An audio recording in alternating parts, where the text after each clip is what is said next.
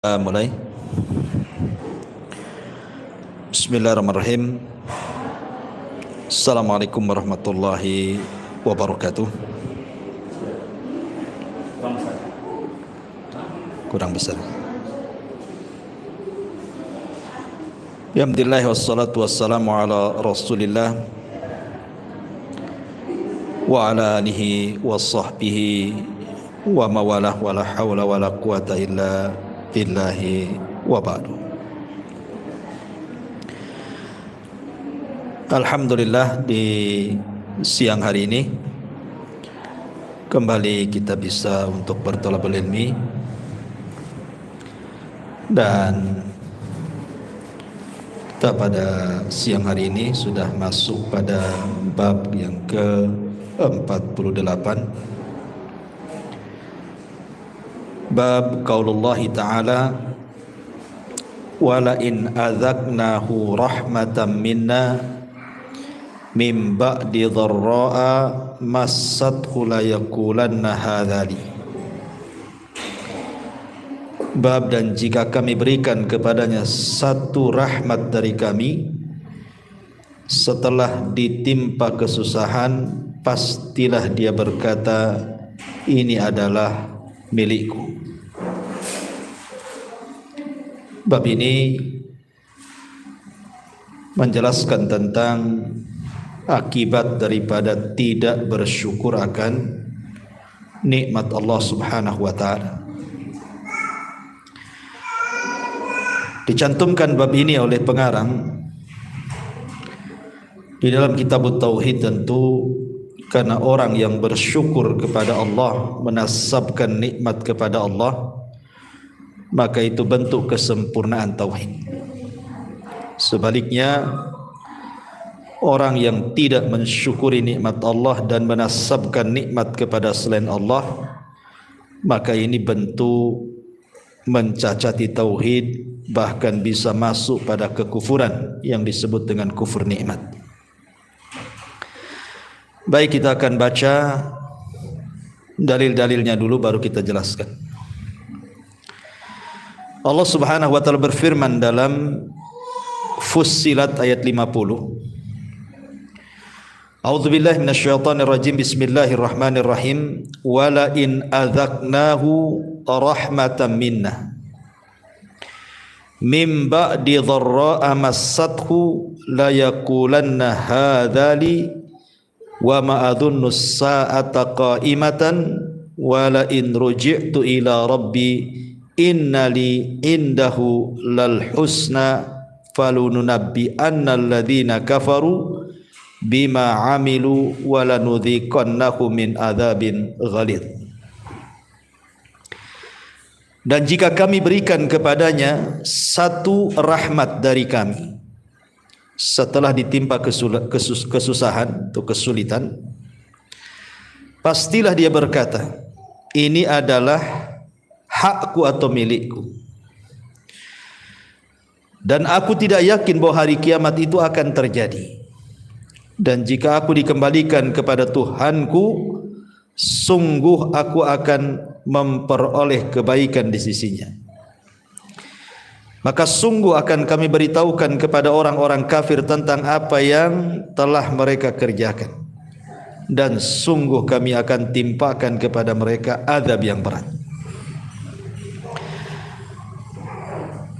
Al-Imam Mujahid berkata dalam ayat ini, maksudnya kalimat hadzali, ini hakku, maksudnya adalah hadza bi amali wa ana mahkukun bihi. Ini adalah hakku atau milikku, yaitu karena jerih payahku dan aku berkah mendapatkannya. Ibnu Abbas radhiyallahu anhuma berkata, yuridu min indi, yaitu ini adalah dari diriku sendiri.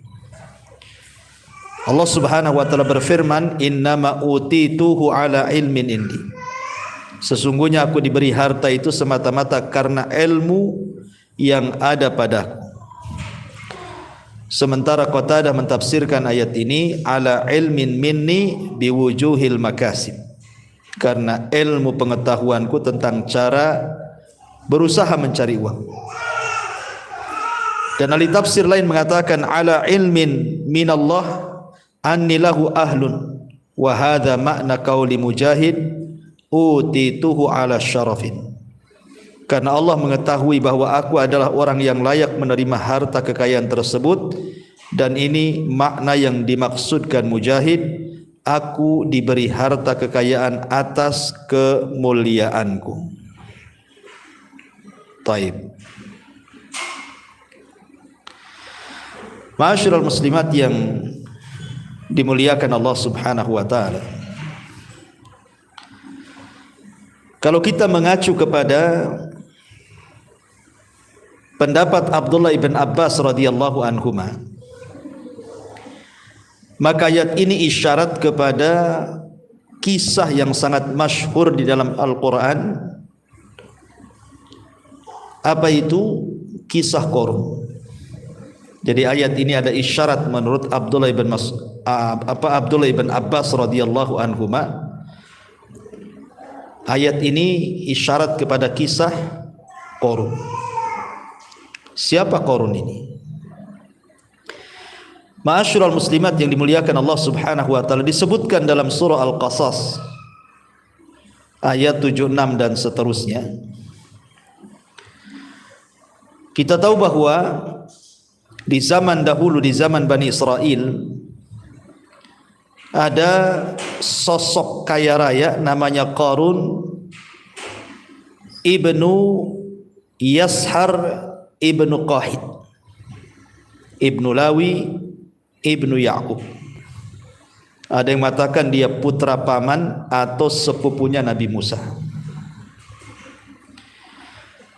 Dan Qarun ini dikenal di zaman itu adalah orang yang sangat soleh, orang miskin tapi soleh. Dan Allah Subhanahu wa taala anugerahkan kepada Qarun ini sebuah kemampuan membaca Taurat dengan suara yang sangat indah, sampai disebut munawwir, saking indah bacaannya Qarun ini. Dan Bani Israel apabila mereka rindu dengan kitab Taurat, maka mereka datang kepada Qarun dan meminta Qarun membacakan dengan suara indahnya. Artinya Qarun ini orang soleh pada awalnya, masih dari kaum Musa. Tapi kemudian Qarun ini menjadi munafik. Qarun ini menjadi munafik berdasarkan pendapat Ibnu Katsir. Dia menjadi munafik dan menentang syariat Nabi Musa ketika Allah Subhanahu wa taala bentangkan kekayaan, menunjukkan bahwa kekayaan itu adalah sirru tughyan, rahasia bejatnya manusia. Persis seperti firman Allah Subhanahu wa taala, kalla innal insana layatgha an ra'ahu istaghna. Sekali-kali manusia itu mudah jahat dan melampaui batas ketika dibentangkan padanya kekayaan yang banyak. Jadi saking kayanya, Bu, disebutkan dalam surah Al-Qasas itu, inna Qarun kana min qaumi Musa. Qarun ini dulunya termasuk kaum Nabi Musa. Fabagha alaihim, maka dia berlaku zalim terhadap mereka. Apa maknanya Qarun ini melakukan kezaliman? Ada yang mengatakan bahwa Qarun ini setelah dia kaya, dia suka merampas hak orang. Biasa orang kaya itu kan, Bu, kadang-kadang dia sudah enggak peduli halal haram, padahal sudah kaya tuh, masih juga kadang-kadang merampas hak orang lain. Itulah Qarun. Ada juga yang mengatakan bahwa Qarun ini penipu. Dan ini kisah Israiliyat, tidak ada dalam hadis. Jadi Qarun ini punya sihir, sihir kimia namanya. Dia bisa merubah barang-barang yang jelek menjadi indah, besi menjadi perak dan emas dengan kimianya. Maka disebut sihir kimia. Itu Qarun punya sihir itu. Jadi besi-besi disihir sama Qarun dengan obat-obat kimia, seolah-olah kemudian emas kemudian dijual, menipu orang. Ya. Tapi ada juga yang mengatakan tidak berdasarkan zahir Quran, tidak. Pokoknya Qarun bekerja kemudian berhasil dan menjadi kaya raya. Makanya Allah Subhanahu wa taala katakan wa atainahu minal kunuz ma inna mafatihahu latanu bil usbati ulil quwwah. Jadi Qarun ini, kata Allah, kami anugerahkan kepadanya pembendaharaan harta yang kunci-kuncinya saja sungguh berat dipikul oleh sejumlah orang-orang yang sangat kuat. Sampai-sampai sebuah riwayat mengatakan bahwa kunci-kuncinya Qarun itu, Bu, itu butuh kepada 60 bighal. Bighal itu sejenis kuda kecil, kuda poni gitu ya, untuk mengangkutnya. Itu kunci gudangnya saja itu dibawa oleh 60 bighal, sejenis kuda tadi. Berarti kan gudangnya banyak tuh. Kalau kuncinya saja 60 bighal kan, berarti gudang kekayaannya itu banyak sekali. Belum lagi kunci-kuncinya itu juga dipikul oleh orang-orang yang sangat kuat saking besarnya. Itu baru kuncinya kan, gimana gemboknya, gimana gudangnya tuh, saking kayanya. Maka sepanjang sejarah enggak ada orang sekaya Qarun itu. Makanya namanya dikenang dengan keburukan sampai hari ini. Sekaya apapun orang kaya dunia tidak seterkenal Qarun. Tidak sekaya Qarun. Qarun itu kaya kali. Maka diabadikan dalam Al-Quranul Karim. Ya. Maka satu hari Qarun ini dijelaskan dalam Quran, fa kharaja ala qaumihi fi zinatihi. Jadi Qarun ini suatu ketika keluar lengkap dengan perhiasannya. Jadi dibawa semua perhiasannya, Bu, baju kebesarannya, mungkin kalau zaman sekarang ini kan mungkin kalungnya, batu akiknya gitu ya. Kemudian boleh jadi mungkin pakaian yang mahal, sepatu sandal yang mahal, kendaraan yang bagus kalau di zaman sekarang itu, Bu ya. Jadi betul-betul ingin riya di hadapan manusia. Sehingga kemudian orang-orang yang melihat Qarun berkata, qala alladhina yuriduna alhayata ad-dunya ya laita lana mithla ma utiya Qarun innahu ladzu haddin adim. Jadi orang-orang yang cenderung hatinya kepada dunia melihat Qarun itu, mereka mengatakan, duhai kiranya kita diberikan kekayaan seperti yang diberikan kepada Qarun. Lihat, mereka mengatakan, ya laitalana mithla ma utiya Qarun. Sungguh Qarun benar-benar mendapatkan keberuntungan besar. Dari sini ada faedah, Bu. Terkadang, Bu, setiap manusia itu kan punya hasad ya, Bu. Saya, Ibu pasti punya hasad. Siapapun punya hasad. Maknanya gimana? Ketika kita melihat ada orang berhasil, tetangga kita berhasil, teman kita berhasil gitu ya, dari segi dunia, rumahnya bagus, mobilnya bagus, uangnya banyak, kerjanya enak, pokoknya berhasil lah, jadi pejabat gitu ya. Maka terkadang hati kita ini berpikir, kapan ya saya seperti dia ya? Pengen juga, enak juga jadi orang kaya itu ya. Pakai mobil enak, uang banyak, pergi-pergi kemana senang, bisa pelesiran, bisa jalan-jalan, makan tinggal tunjuk, dan begitu seterusnya. Jadi setiap orang itu pasti punya hasad seperti itu kan, Bu. Hasad yang seperti ini fitrah, pengen seperti orang. Tetapi menjadi bahaya hasad ini kalau seandainya kemudian dalam hatinya ada dua perkara. Pertama, menghendaki kehancuran orang yang diberikan nikmat dan berpindah nikmatnya kepada dia. Atau yang kedua yang lebih parah, tidak menghendaki nikmatnya pindah kepada dia, tapi menghendaki kehancuran saja. Dan mengatakan kepada orang yang sukses itu, ya Allah, mudah-mudahan orang itu usahanya gulung tikar. Mudah-mudahan orang itu cepat dipecat. Mudah-mudahan orang itu tidak jadi pejabat lagi. Mudah-mudahan kekayaannya bangkrut. Lah ini hasad yang bahaya nih. Ya, hasad yang bahaya seperti ini. Dan hasad yang bahaya itu karena pada awalnya dia itu cenderung kepada dunia, sehingga melihat orang yang punya dunia itu muncul hasadnya di sini. Nah, ini bahaya.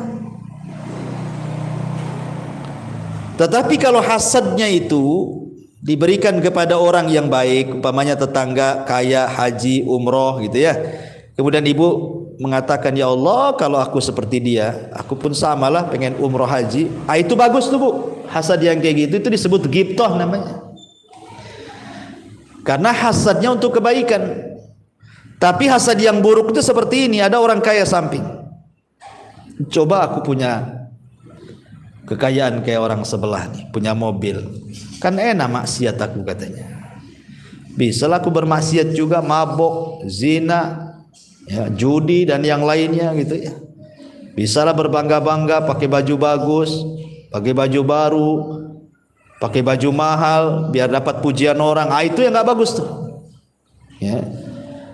Lah di sini di kisah Qarun ini ada orang-orang yang memang pada awalnya hatinya sudah sakit, sehingga melihat orang kaya itu dia mengatakan, duhai kiranya aku seperti Qarun, enak kali ya si Qarun itu.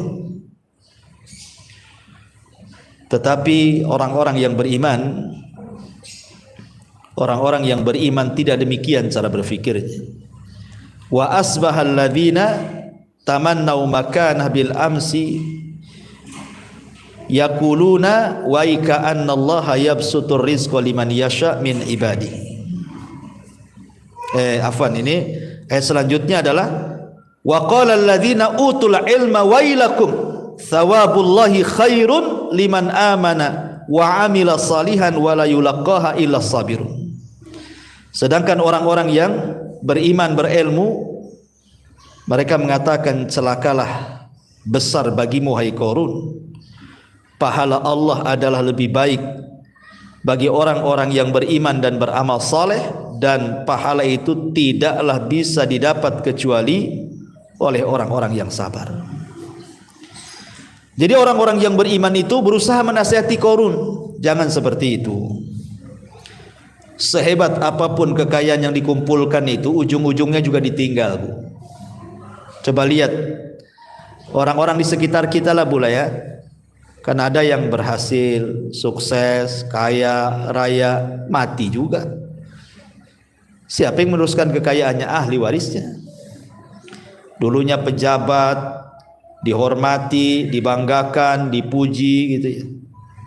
Tiba-tiba kemudian jatuh, kemudian stroke, sakit gitu kan.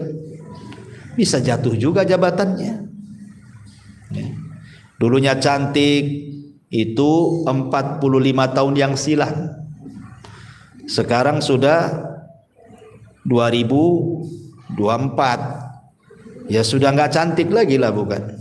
Lihat, cantik pun hilang, ganteng pun hilang, kekar pun hilang, nyawa pun hilang. Jadi sehebat apapun orang menumpuk-numpuk harta itu, ujungnya ditinggalkan. Makanya kemudian orang-orang yang beriman ini menasihati Qarun, wailakum, celaka engkau Qarun, thawabullah khairun liman amana wa amila salihan. Kenapa engkau tidak ngumpul-ngumpulkan pahala, malah ngumpulkan harta? Bukankah pahala Allah itu adalah lebih baik bagi orang-orang yang beriman dan beramal saleh? Karena ketika itu Qarun tidak bersyukur dengan kekayaannya, dia malah berlaku zalim dengan kekayaannya. Baik zalim kepada Allah dengan tidak memberikan hak zakat dan sedekahnya, atau zalim kepada manusia karena dengan kekayaannya dia bisa semena-mena melakukan sesuatu kejahatan kepada orang. Dia bisa nyewa preman, nyewa orang jahat gitu ya. Itulah orang kaya, disebut sirru tughyan tadi, rahasia bejatnya orang itu, karena kepada Allah kurang ngajar dengan tidak bersyukur, kepada manusia bisa menindas orang. Makanya dinasihati. Ya. Tetapi Qarun ini dinasihati pun tidak mempan. Itulah kadang-kadang orang kalau sudah berhasil itu kadang-kadang jadi sombong kan bu. Saya itu pernah melihat dengan kedua mata saya bu, ya di Batam ini. Ada dulunya orang itu, masya Allah, kadang-kadang duduk-duduk nggak pakai baju, ya, kadang-kadang jualan ya apa ya, rongsokan gitu ya, nampung-nampung rongsokan orang.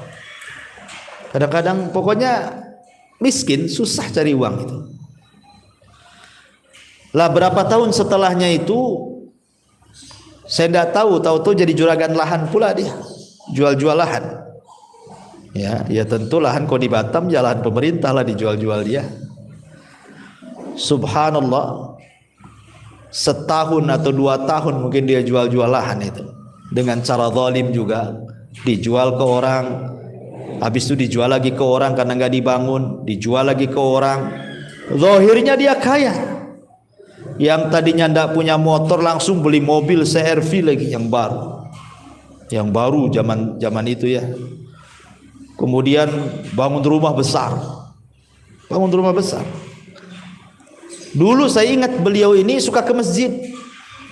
Ya, masya Allah, kalau sholat juga nampak khusyuk gitu kan. Kadang-kadang habis sholat dia sempatlah ngobrol-ngobrol gitu. Tapi setelah kaya dengan cara seperti itu, Bu, ke masjid pun tidak. Kemudian menjadi jahat, sombong, mabok-mabokan, bayangkan. Main perempuan, naudzubillah. Ya, akhirnya qadarullah, mungkin karena dia suka jual-jual lahan yang sudah diambil dijual lagi, kemudian dijual lagi, jadi bermasalah. Akhirnya mungkin nggak terima tuh yang membeli sudah sekian kali itu, lapor ke Polda lah kan itu, ditangkap polisi, habis duitnya untuk nebus tuh, habis. Belum lagi kemudian dikejar orang banyak tuh, karena ada orang yang sudah beli tanahnya nggak ada, jadi semua pada lapor polisi, Bu. Akhirnya apa? Tanahnya habis, rumahnya dijual, mobilnya diambil orang, miskin lagi, kasusnya nggak selesai, kabur ke kampungnya, Bu. Nggak balik-balik dia. La ilaha illallah. Ya, ini saya saksikan di Batam tuh. Jadi lihat bagaimana coba. Kadang-kadang diberikan kekayaan sesaat kan gitu, malah kemudian digunakan untuk maksiat, nipu orang pula coba. Kayanya tidak lama, miskinnya cepat, berkasus, dicari-cari polisi lagi karena banyak ngelapor. Nauzubillah. Nah, ini kan kenyataan di masyarakat nih kayak gini. Ini masih azab dunia, Bu. Masih mending kalaupun ditangkap polisi di penjara ngasih dikasih makan kan itu ya. Gimana azab kubur, di mana azab neraka? Masih apa yang ngasih makan di sana? Walaupun dikasih makan pun api neraka yang dimakan. Nauzubillah. Lihat Qarun ini. Akhirnya Allah Subhanahu wa taala kemudian mengatakan, fakhasafna bihi wa bidarihi al-ardha fama kana lahu min fi'atin yansuruna min dunillahi wa ma kana minal muntasirin. Maka kami benamkan Qarun beserta rumah-rumahnya ke dalam bumi, maka tidak ada baginya satu golongan pun yang menolongnya terhadap azab Allah, dan tiada ia termasuk orang-orang yang dapat membela diri di hadapan Allah Azza wa Jalla. Ketika Qarun diazab oleh Allah, ada yang mengatakan ini kan kisah Israiliyat, Bu ya, tapi dicantumkan di dalam kitab-kitab tafsir. Ya, kita ceritakan sajalah sebagai pelezat kisah ya. Jadi Qarun itu hasad kepada Nabi Musa karena merasa dia kaya. Dia berpikir kenapa kenabian itu tidak diberikan kepada dia, dia kan kaya. Dia pikir Qarun itu bahwa kekayaan itu tanda sayang Allah kepada dia gitu ya. Sebagaimana tafsir daripada Imam Al-Mujahid ataupun ya Imam Mujahid mengatakan hadza bi amali wa ana mahkukun bihi. Jadi ini kekayaan itu berkat kerja payahku dan aku diberkahi oleh Allah. Jadi seolah-olah ada sebagian orang yang diberikan kekayaan itu merasa bahwa saya kaya itu karena sayang. Allah itu sayang dengan saya. Allah memuliakan saya. Kalau Allah nggak sayang, ngapain saya diberikan kekayaan katanya. Ya pasti dimiskinkan lah kalau Allah nggak sayang katanya kan. Kan ada di masyarakat tuh ngomong gitu, ya karena Allah sayang aja sama saya katanya. Bu, kekayaan itu bukan sayang atau tidak sayang. Karena Allah Subhanahu wa taala itu memberikan kekayaan itu kepada yang dicintainya dan kepada yang tidak dicintainya. Beda dengan iman, Allah berikan kepada orang yang dicintainya saja. Sebab sepanjang sejarah rata-rata orang kaya itu kafir. Namrud kaya kafir, Fir'aun kaya kafir, Abu Jahal, Abu Lahab kaya kafir, Al-Walid Umayyah kaya kafir, Haman kaya kafir gitu. Termasuk Qarun kaya kafir. Rata-rata kekayaan itu dipegang orang kafir. Artinya bahwa kalau seandainya memang tanda orang kaya itu tanda dicintai Allah, ya tidak mungkin Allah cinta sama Qarun, sama Namrud, sama Fir'aun, sama Abu Lahab, sama Abu Jahal. Kalau Allah sayang, kenapa masuk neraka orang-orang ini? Jadi menunjukkan bahwa kekayaan itu bukan karena tanda sayang. Boleh jadi itu ujian dari Allah Subhanahu wa taala. Jadi Qarun itu merasa hasad dengan Nabi Musa. Harusnya kenabian itu jatuh kepada dia, ngapain diberikan kepada Musa yang miskin katanya kan? Mulailah Qarun ingin membuat makar kepada Nabi Musa, karena ketika itu Nabi Musa mengutus orang-orangnya untuk meminta zakat kepada Qarun. Kata Qarun, enak saja, innama utituhu ala ilmin indi. Ini harta ini aku dapat semata-mata karena ilmu yang ada padaku. Kan banyak Bu yang sombong kayak gitu. Sampai ada cerita itu. Jadi ada orang kaya Bu, kemudian ada orang miskin bertamu. Kata orang miskin ini, Masya Allah, bersyukurlah antum diberikan kekayaan yang melimpah katanya. Orang kaya ini marah dengan mengatakan, bukan begitu, ini bukan dari Allah, ini kerja keras saya katanya. Ngomongnya gitu sih Bu. Enak saja katanya. Ini karena kerja keras saya, bukan karena Allah yang kasih katanya. Ini kan kufur nikmat Bu. Dia mengatakan innama utituhu ala ilmin indi, pasti seperti yang dikatakan Qarun, bahwa harta ini semata-mata karena ilmu yang aku miliki. Seperti mamanya orang mengatakan, ya wajarlah kalau saya kaya, saya kan kuliah sampai S3 sampai doktor, masa doktor miskin kan gitu. Ya wajar saya profesor kaya, masa profesor miskin. Wajar saya menteri kaya, wajar saya presiden. Enggak, kekayaan itu bukan Anda menteri, Anda profesor, Anda doktor, Anda presiden, Anda pejabat. Tidak, kekayaan itu datang dari Allah. Kekayaan itu datang dari Allah. Allah memberikan sesuai dengan kehendaknya dan Allah mencabut sesuai kehendaknya karena hikmah yang Allah Subhanahu wa taala kehendaki. Ya. Jadi Qarun ini kemudian merencanakan makar kepada Nabi Musa dengan cara apa?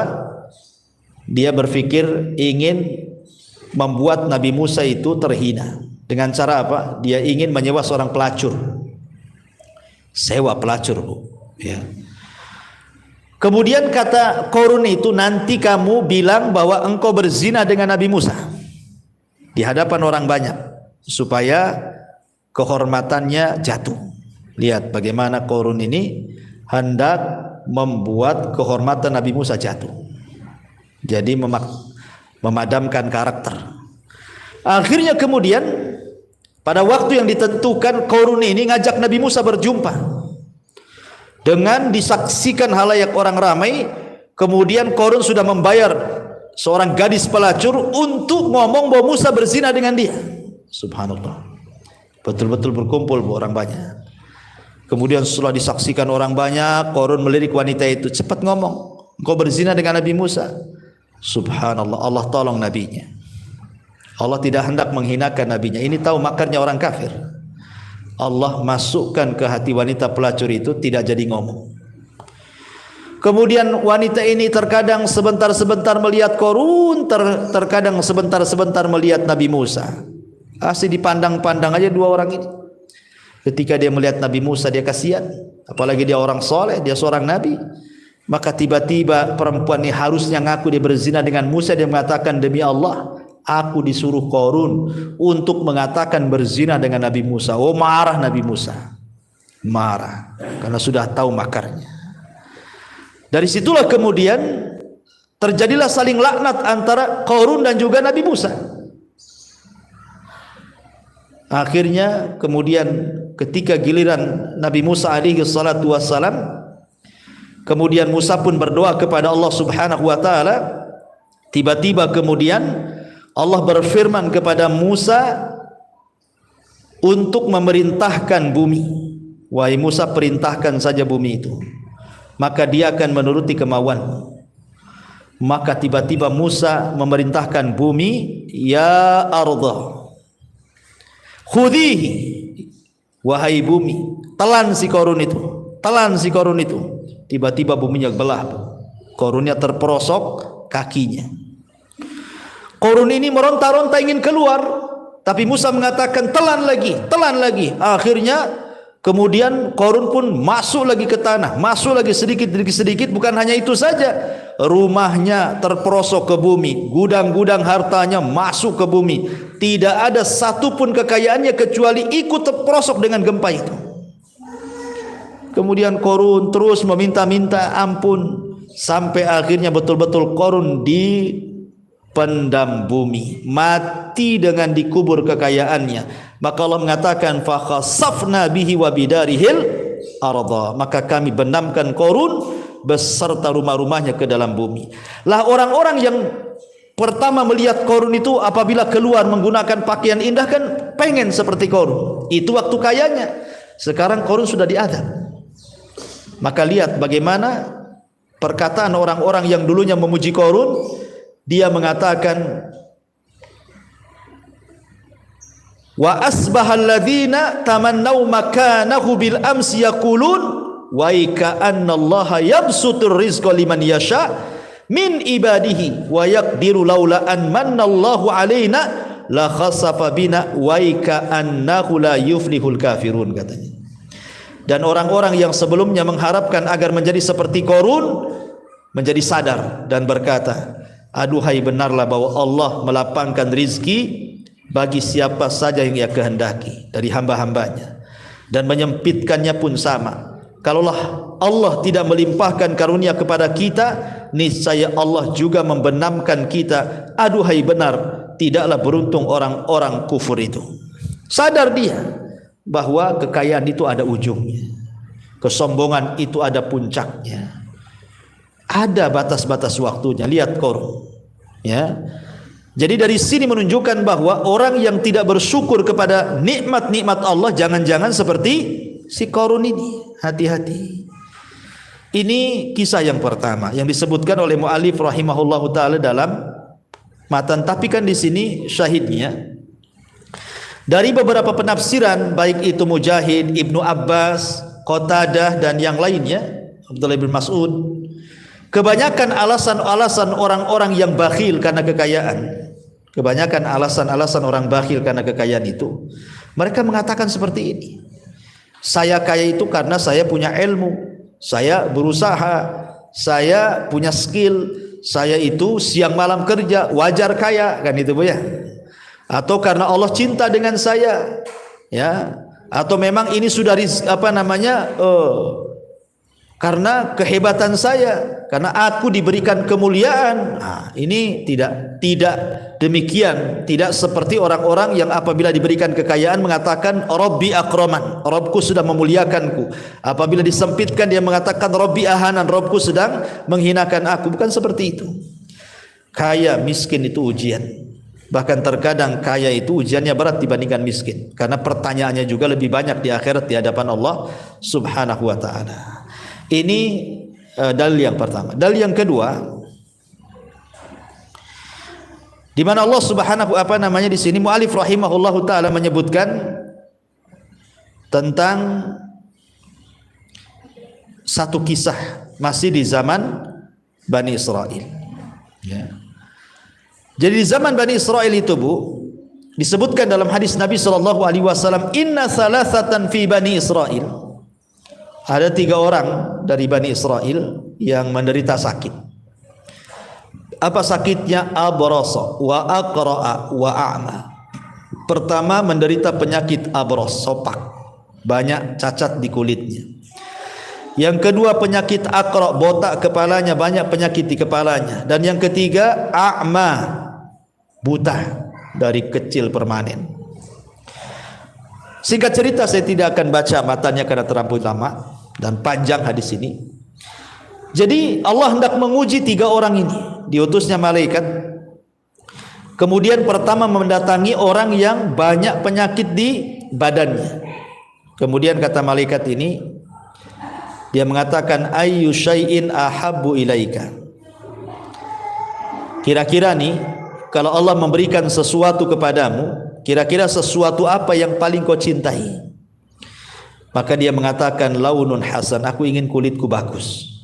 Wajildun hasan, warna kulitku bagus, qad qadaranin nas, karena manusia jijik denganku. Akhirnya malaikat ini mengusap kulitnya, kemudian sembuh dan dia menjadi orang yang paling mulus kulitnya, paling indah kulitnya, dan manusia pun suka dengan kulitnya. Kemudian malaikat ini yang menjelma manusia bertanya lagi, ayyul mali ahabu ilaik, kira-kira harta apa yang kau sukai? Qala, dia mengatakan, al ibru, unta. Akhirnya kemudian sebelum pergi malaikat ini menitipkan seekor unta usyara, unta yang siap lahiran pada bulan ke-10. Biasanya kan 10 bulan dan lahiran unta itu. Kemudian setelah itu malaikat ini datang kepada orang yang botak yang banyak penyakitnya. Ditanya juga, kira-kira kalau engkau menghendaki sesuatu dari Allah, kira-kira sesuatu yang kau cintai apa? Dia mengatakan, Allah ingin menyembuhkan penyakit di kepalaku. Dan Allah memberikan rambut yang indah, kepalaku tidak banyak penyakit, manusia tidak jijik. Akhirnya diusap sembuh juga. Kemudian malaikat ini mengatakan, kira-kira hewan apa yang kau sukai? Dia mengatakan al-baqar. Apa itu? Sapi. Maka dikasihlah sapi betina yang bunting siap melahirkan. Kemudian malaikat bertanya kepada orang yang ketiga yang buta, sama juga pertanyaannya. Kira-kira kalau engkau meminta kepada Allah dan Allah akan kasih, kira-kira apa yang engkau sukai dari Allah ketika hendak mengasihi dirimu? Maka dia mengatakan, aku ingin melihat. Aku sudah buta lama, permanen tidak bisa melihat. Diusaplah matanya, Masya Allah bisa melihat. Kemudian diberikan kambing, karena dia suka kambing, kambing bunting siap melahirkan. Kemudian malaikat ini pergi. Sudah bertahun-tahun bu, rupanya untanya ini keluar 2 ekor jantan betina, sapinya keluar 2 ekor jantan betina, kambingnya pun lahiran 2 ekor jantan betina. Dari jantan betina ini besar, kemudian kawin, ada anaknya lagi, kemudian ada anaknya lagi, sampai akhirnya untanya menjadi selembah, sapinya menjadi selembah, kambingnya pun menjadi selembah. Kaya raya, karena di zaman itu kan kekayaan dilihat dari peternakan. Ya kalau di Batam ini kan banyak kos-kosan, orang desa kan peternakan gitu ya. Jadi Allah hendak menguji 3 orang ini, mana di antara mereka yang kufur, mana di antara mereka yang syukur. Datanglah kepada orang yang kulitnya sudah disembuhkan dalam bentuk malaikat ini, banyak penyakit kulitnya. Pura-pura orang miskin, datanglah kepada orang yang sudah kaya banyak unta itu. Fulan, aku ini orang miskin, ada enggak 1 unta kau berikan kepada aku, katanya. Bukankah Allah sudah memberikan unta-unta itu kepadamu? Marah dia bu, enak saja katanya. Unta-unta ini warisan bapak nenek moyangku katanya. Ini jeripayahku, pergi katanya. Akhirnya dia mengatakan, wahai fulan, kalau engkau benar dengan kata-katamu, maka Allah akan tetapkan nikmatmu. Tapi kalau kau dusta dengan kata-katamu, ingat, engkau melihat diriku, harusnya kau ingat dulu engkau seperti diriku. Maka kalau engkau berdusta, Allah akan kembalikan. Akhirnya dikembalikan bu, karena dia berdusta, dikembalikan lagi penyakitnya, dimatikan semua untanya, miskin lagi. Manusia pun menjauh darinya. Orang yang kedua pun sama, kufur nikmat, kecuali orang ketiga, orang buta. Ketika dimintai kambingnya senang, datang orang buta, malaikat padahal itu menjelma orang buta, datang kepada orang buta yang sudah sembuh butanya itu. Dia minta kambingnya, tanpa disangka disyukur nikmat. Kalau kau ingin kambing, ambil tuh kambing 1 lembah, katanya. Subhanallah. Akhirnya malaikat ini ngaku, aku diutus Allah, karena engkau bersyukur, maka engkau akan dilanggengkan kekayaanmu dan penyakitmu pun tidak akan dikembalikan. Lihat bagaimana di sini orang yang syukur nikmat itu Allah Subhanahu wa taala tambah kekayaannya kan, dan penyakitnya tidak dihilangkan. Makanya syukur itu minimalnya walaupun tidak ditambah tapi tidak dihilangkan kenikmatannya. Tapi orang kufur sudah jelas tidak akan ditambah dan pasti dihilangkan kenikmatannya. Walaupun nampaknya tidak hilang, tidak akan berkah hidupnya. Makanya penting sekali dalam bab ini agar kita pandai-pandai bersyukur, ya. Dan kalau kita bercerita tentang syukur sedikit, Bu, syukur ini kan ada macam-macamnya, ya. Pertama, harus dipahami bahwa semua nikmat yang ada pada kita itu datang dari Allah. Semua nikmat yang ada pada kita itu semua datang dari Allah berdasarkan surah An-Nisa 53, wa ma bikum min nikmatin fa minallah. Dan segala nikmat yang ada padamu semua datang dari Allah. Jangan dikatakan ini karena jerih payahku, wajar aku kaya, aku siang malam kerja. Enggak begitu. Ini datang dari Allah, kemudian saya kerja. Jadi Allah jangan sampai dihilangkan. Kemudian yang kedua, janganlah seseorang itu merasa bahwa dia pantas mendapatkan satu nikmat, karena jika seseorang sudah merasa bahwa dia pantas mendapatkan nikmat tersebut, maka seringnya menjadikan dia jatuh ke dalam sifat ujub. Jangan. Nah, jangan mengatakan ya sudah pantas lah saya kalau kaya, guys. Kalau dia nggak pantas katanya. Kenapa dia nggak pantas kaya? Iyalah sekolah aja enggak, aku sekolah tinggi, masa aku miskin katanya. Nggak boleh, Bu. Ya. Kalau dia nggak pantas. Dia kan orang desa katanya. Bego dia katanya. Kalau saya kan orang kota, wajar lah kan gitu. Jangan. Ya kan? Ataupun menasabkan kepada kelompok gitu. Dia pantas nggak itu maju? Nggak pantas. Dia kan tak pandai dagang. Kalau ibu, ya pantas, ya kan orang Padang, pandai dagang katanya. Nah, nggak boleh, Bu, ya kan? Jangan mentang-mentang orang Padang pandai dagang gitu ya. Nah, nggak apa-apa, ya. Dia pantas, saya ya pantas juga, gitu ya, Bu. Jadi jangan sedikit-sedikit pantas saya. Itu kalimat saya itu ananiyah namanya, Bu, ya. Ananiyah itu artinya sedikit-sedikit saya. Allah dilupakan di situ, hati-hati. Ya, itu ujub itu namanya. Ya, kemudian yang dipahami syukur juga itu dalam bentuk lisan, Bu. Kalau diberikan nikmat itu banyak-banyak bersyukur dengan lisan. Masya Allah la quwata illa billah, atau alhamdulillah gitu ya.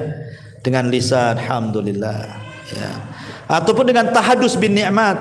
Boleh kalau menceritakan dulu waktu ibu miskin, nggak apa-apa, cerita pamannya ke anak-anak, ya. Nah, dulu ibu ini sengsara, hidup di desa lah, maklum gitu kan. Kemudian entah kenapa dapat jodoh orang Batam, ketemulah dengan bapak di sini.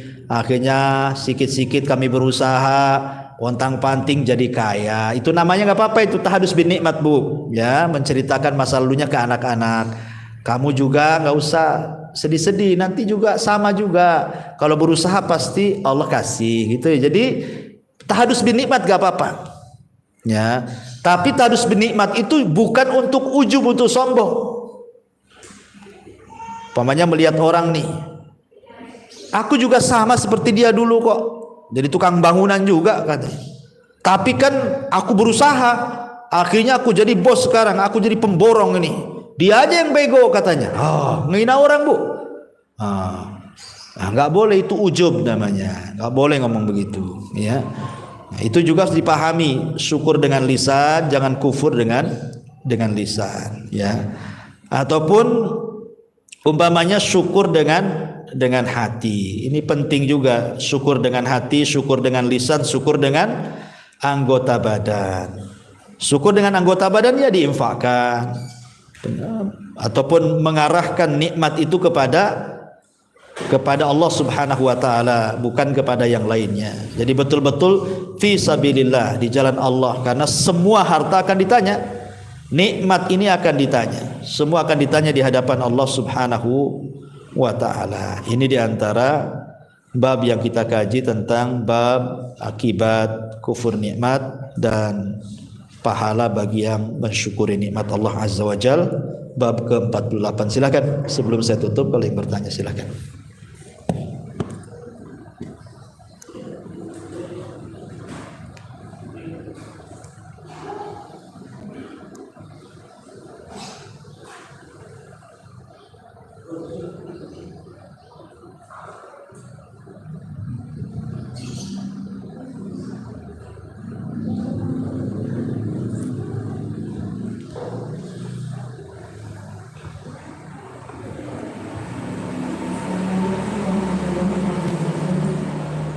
Waalaikumsalam warahmatullahi wabarakatuh.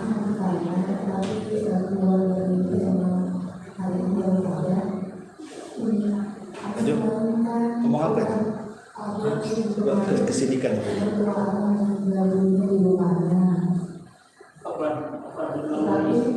Ulangi. Teman-teman banyak takziah ke rumah.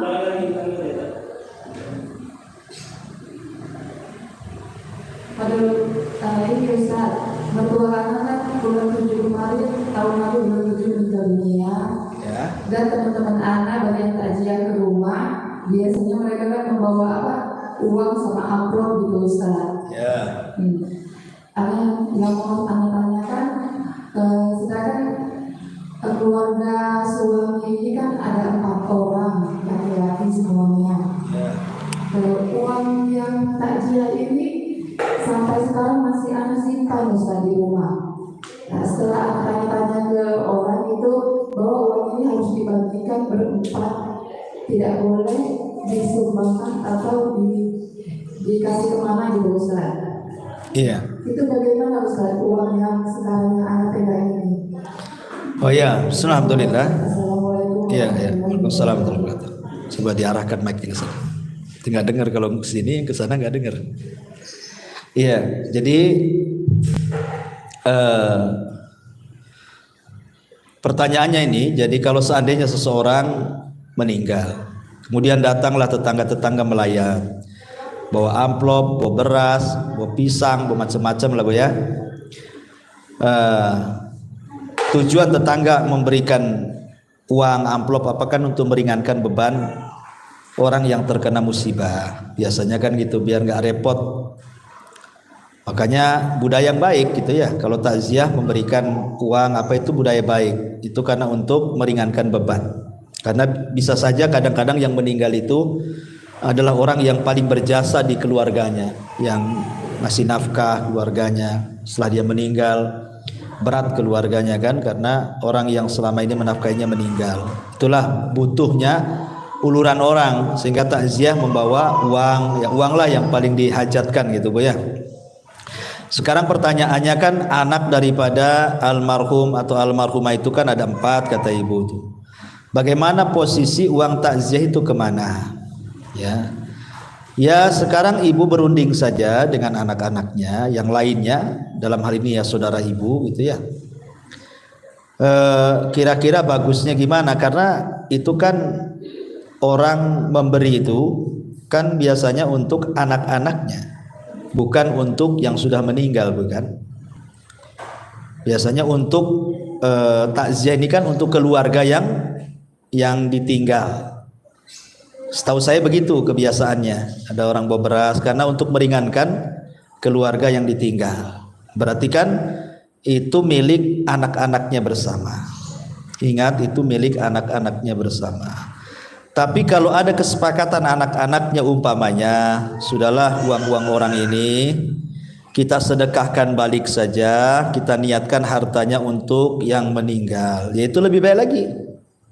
Ya, kalau memang ada persetujuan dari anak-anaknya, karena anak-anaknya sudah pada mampu gitu ya, maka salah seorang dari keluarga umpamanya, ya kita kan sudah mampu, masing-masing sudah berkeluarga, ada punya kerja, uang ini pun gak seberapa umpamanya, gimana kalau kita sedekahkan ke panti asuhan, ke anak yatim, pembangunan masjid atau gimana, kita niatkan pahalanya orang tua, itu lebih baik lagi, gak ada masalah gitu kan.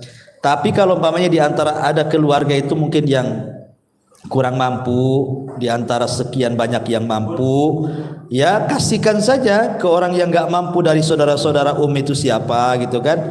Karena kasihan dia hidupnya gitu ya. Mudah-mudahan dengan uang itu bisa ikut juga meringankan meringankan beban sedih dia gitu ya. Jadi sebenarnya itu masalah luas ya, masalah luas, tergantung kebijakan keluarga ya. Iya, saya kira itu jawabannya. Wallahu a'lam. Mobil saya? Bukan. Mobil saya kan? Bukan. Oh.